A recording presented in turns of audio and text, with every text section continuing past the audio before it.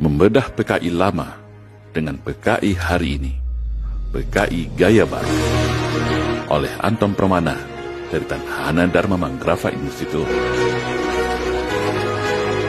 Sastrawan Taufik Ismail dalam puisinya pernah menyebutkan ada satu ideologi di dunia yang telah membunuh manusia sebanyak 120 juta nyawa di 75 negara dalam 74 tahun. Ini adalah pembunuhan terbesar dalam sejarah kehidupan manusia di dunia. Dan ideologi itu bernama komunisme. Di Indonesia, ideologi ini pernah hidup dan diadopsi oleh sebuah partai politik bernama PKI, Partai Komunis Indonesia.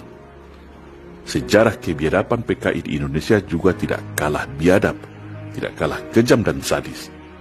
Tercatat dalam sejarah, PKI di Indonesia telah melakukan pemberontakan berulang kali untuk merubah Indonesia menjadi negara komunis. Tak terhitung korban ribuan nyawa, korban harta yang dijarah dari rakyat Indonesia akibat kebiadaban PKI. Mulai dari pemberontakan 1926, selanjutnya 1948 di Madiun, dan yang paling sadis pemberontakan itu adalah pada tahun 1965 yang kita kenal dengan Gerakan 30 September. Masih segar dalam catatan sejarah bagaimana para kader PKI menculik para bupati, para ulama dan kiai NU, para santri, polisi, para raja kesultanan, bahkan tentara berpangkat jenderal pun mereka bantai. Pembantaian di Madiun, penculikan di pesantren Magetan, ladang pembantaian di Blora, sumur neraka di Desa Koco, tragedi Bandar Betsi, pembantaian terhadap Kesultanan Darul Alam Sumatera Utara, hingga penculikan dan pembunuhan terhadap para jenderal senior TNI Angkatan Darat, yang kemudian mereka bantai, kuliti, dan kubur hidup-hidup di sumur lubang buaya.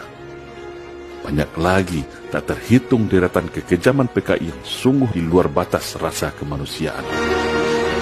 Kepada Masyumi, pada PII, kepada tokoh ulama Muhammadiyah, Persis, bahkan juga tokoh agama lain. PKI ini tidak peduli dan mengenal agama, karena mereka anti Tuhan dan benci terhadap agama. PKI lama juga dengan piawai menembus istana, menguasai pusat kekuasaan era Soekarno, sehingga leluasa melakukan agitasi, fitnah sesat dan adu domba sesama anak bangsa. Hingga meletuslah berbagai macam perang saudara, seperti DITI, PRRI, Parmesta, termasuk Ganyang Malaysia. Di mana semua itu disadari di kemudian hari, ternyata hanyalah trik licik PKI untuk menguras energi bangsa Indonesia yang baru berdiri, melumpuhkan para tokoh sentral pejuang dan singa Nusantara dengan adu domba perang saudara. PKI lama dan PKI hari ini sebenarnya tidak jauh berbeda, hanya berbeda pada penggunaan instrumen dan sarana perjuangan semata.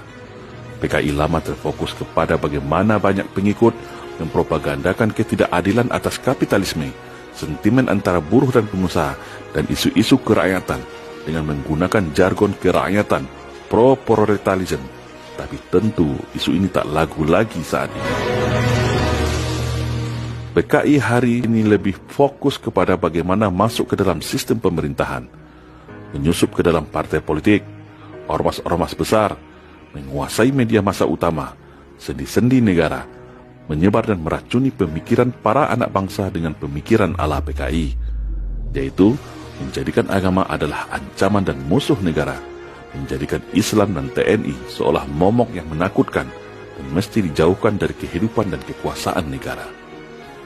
Dan yang utama adalah memanfaatkan dukungan penuh bantuan ekonomi, sogokan uang, modal politik, pangkat jabatan sebagai instrumen infiltrasi menguasai pusat kekuasaan. Namun, PKI hari ini juga manusia biasa loh guys. PKI hari ini ternyata juga makan bakso, makan ayam penyet, dan juga makan steak dan pizza. Karena mereka juga terpecah ke dalam 4 faksi, yaitu 1. PKI radikal, para kader PKI yang ideologis sejati, militan, keturunan langsung para gembong PKI yang haus akan pembalasan dendam, serta begitu ingin secepatnya merubah Indonesia menjadi negara komunis. PKI radikal ini sudah siap tempur untuk membalaskan dendam orang tuanya yang berhasil tumpas oleh TNI bersama komponen rakyat Indonesia, khususnya umat Islam. 2. PKI oportunis, yaitu para kader PKI yang harus ikut dan jadi kader PKI hanya mengejar pangkat dan jabatan. Mereka yang maniak dan rakus akan kenikmatan fasilitas kekuasaan. Uji loyalitasnya untuk dapat jabatan adalah berupa membuat kebijakan dan statement yang menyeleneh melecehkan Islam dan merusak kebinekaan. Namun, PKI oportunis ini tidak terlalu militan, karena sejatinya mereka ini hanyalah para kelompok oportunis mencari keuntungan sesaat, yang penting dapat jabatan. Seandainya PKI gaya baru ini tumbang dan kalah lagi, pasti mereka inilah yang paling duluan kabur dan jadi pengkhianat. Yang ketiga, PKI borjuis, yaitu para pengikut PKI yang nebeng asik dengan ideologi PKI, yaitu mereka dari kelompok liberal, kelompok sekuler, para pemuja kebebasan, para bencong, kelompok LGBT, dan juga para kalangan borjuis yang ingin hidup enak, tapi sebenarnya miskin.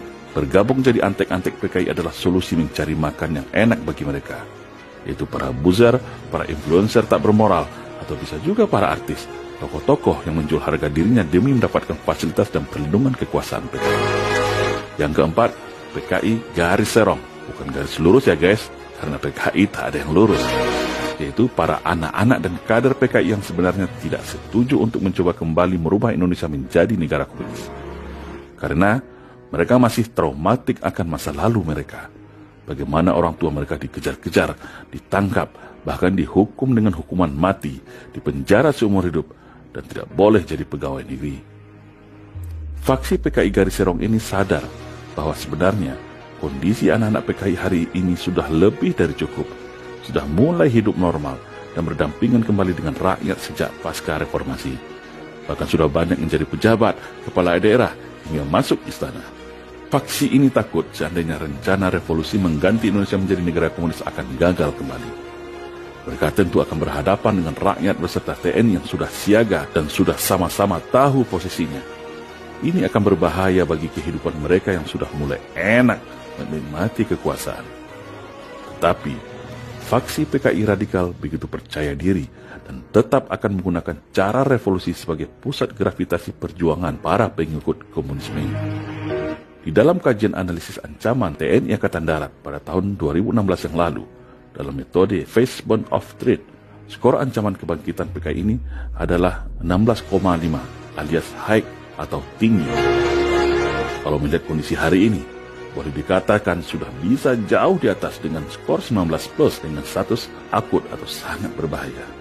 Selanjutnya dalam teori Postelo, gerakan PKI juga sudah sangat menyeluruh, hampir menguasai seluruh lini kehidupan negara dan sendi-sendi negara. Yang paling utama itu gerakan mereka adalah mereka menguasai ekonomi, politik, organisasi, aparatur, dan satu langkah lagi, masalah legalitas. Untuk masalah legalitas, PKI hari ini berhasil menunggangi draft RUU HIP, haluan ideologi Pancasila yang akan menjadi sarana pintu masuk PKI bisa reborn bahkan bisa ikut pemilu pada tahun 2024 nanti. Secara kasat mata, sebenarnya pola PKI lama dengan PKI hari ini banyak yang sama, yaitu dengan mengidentifikasinya melalui cara-cara propaganda, memutarbalikkan fakta, cara mereka adu domba, cara mereka menfitnah, menyebar kebencian, membunuh karakter tokoh dan simbol agama, hingga kriminalisasi terhadap orang-orang yang dianggap jadi ancaman. Fakta sejarah pun mau mereka hapus dan hilangkan. Dan ternyata semuanya saat ini kembali terjadi. Ulama dikriminalisasi, keluarga besar TNI difitnah dan penjarakan, agama dilecehkan, energi negara dikuras menuju kolaps dan hutang dan perpecahan sesama anak bangsa. Pemikiran-pemikiran ala komunis banyak mewarnai kebijakan dan narasi hari ini. Namun, meskipun PKI hari ini hampir berhasil menguasai dan mengendalikan kekuasaan, tapi PKI hari ini masih sulit untuk mendapatkan dukungan dari masyarakat banyak. PKI hari ini terbilang elitis dan borjuis, karena hanya mencari kekayaan buat elit kalangan atas mata. Mereka kuat di atas, lemah di arus bawah. Tambah lagi, deklarasi 24 provinsi hanya dalam 1 bulan ini yang tegas dan siap menyatakan perang dengan PKI, cukup membuat PKI berhitung lagi mau revolusi. Secara kekuasaan, PKI hari ini memang superior dan di atas angin.